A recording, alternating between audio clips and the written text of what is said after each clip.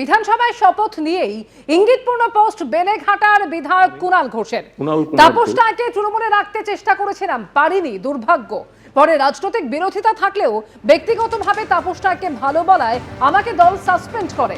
ঘটনাচক্রে আমি আজ তৃণমূলের বিধায়ক এবং শপথ বাক্য পাঠ করছি বিজেপির হয়ে জেতা তাপস রায়ের হাতে। ভাগ্যচক্র, সজল পুরপিতাও বটে। উত্তর ও মধ্য কলকাতায় তাপস রায় ও সজল ঘোষকে বাধ্য করা হয়েছিল দল ছাড়তে, এমনই ইঙ্গিতপূর্ণ পোস্ট করেছেন কুণাল ঘোষ। বেলেঘাটা জয়ী প্রার্থী কুণাল ঘোষ, তিনি শপথ নিয়েছেন আর বিধানসভায় শপথ নেওয়ার পরই এই পোস্ট করলেন তিনি।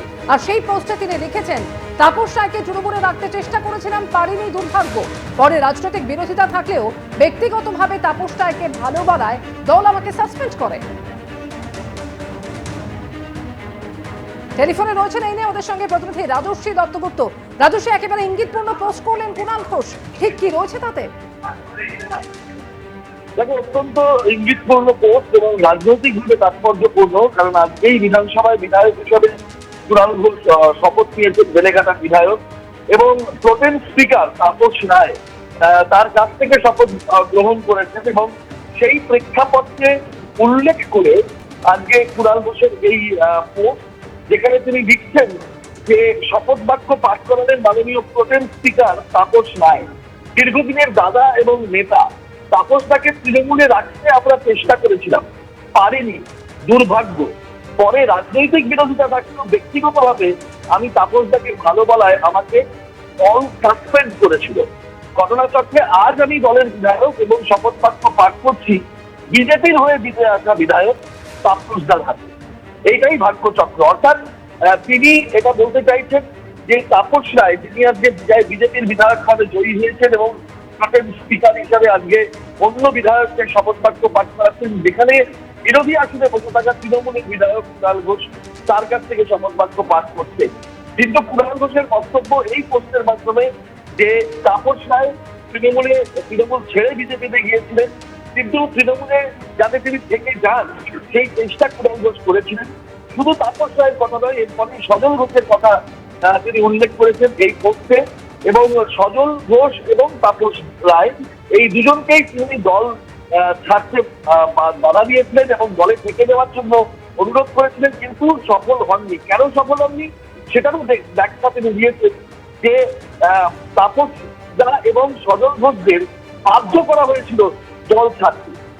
উত্তর ও মধ্য কলকাতায় তাপস দা এবং সজল ঘোষদের বাধ্য করা হয়েছিল দল ছাড়তে। অর্থাৎ দলের মধ্যেরই একটা অংশ সজল ঘোষ এবং তাপস রায়কে এমন অবস্থা তৈরি করেছিল যার জন্য তারা দল ছেড়ে বিজেপিতে গিয়েছিলেন। এবং সেই সময় কুণাল ঘোষ সেটা আটকানোর চেষ্টা করেছিলেন এবং তিনি ব্যর্থ হন। এবং কুণাল ঘোষ পরবর্তী সময় তাপস রায়দের সম্পর্কে ভালো কথা বলার জন্য দল তাকে সাসপেন্ড করেছিল। অর্থাৎ দলেরই একটা অংশের সমালোচনা করছেন এই পোস্টের মাধ্যমে কুণাল ঘোষ। এবং আজকে শপথ বাক্য পাঠ করার পরে এই প্রেক্ষাপটটাকে উল্লেখ করে তিনি কিন্তু এই প্রসঙ্গ তুলে এনেছেন এবং সেখানে দর্শহীন ভাষায় এটা বলেছেন।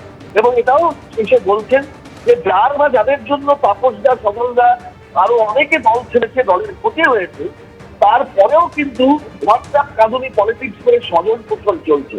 আবারও দলের বিরুদ্ধে অভিযোগ যে এত কিছুর পরে, এত ক্ষতির পরেও দলের মধ্যে স্বজন পোষণ চলছে, যেটা আপত্তিকর এবং উদ্বেগে। এইভাবে চললে কর্মীরা ধৈর্য হারাচ্ছেন, এটাও কিন্তু কুণাল ঘোষ এই পোস্টে বলছেন। এবং আত্মবিশ্লেষণটা অত্যন্ত জরুরি, এই কথাটাও তিনি লিখেছেন এই পোস্টের শেষে। শুধু তাই নয়, পুনশ্চ বলে এটাও লিখেছেন যে কেস দেবেন না প্লিজ। অর্থাৎ দলের তরফে আমার এই কথা বলার জন্য যাতে তার উপরে কোনো অ্যাকশন না হয় সেটার উল্লেখ তিনি এইভাবে করেছেন একটা প্রতীকী শব্দবন্ধের মাধ্যমে। তো সামগ্রিকভাবে অত্যন্ত ইঙ্গিতপূর্ণ, রাজনৈতিকভাবে তাৎপর্যপূর্ণ একটা পোস্ট এবং সেটা দলেরই সমালোচনা করে পোস্ট, সেটা বলা যেতে পারে। ধন্যবাদ। এবিপি আনন্দ, এগিয়ে থাকে, এগিয়ে রাখে।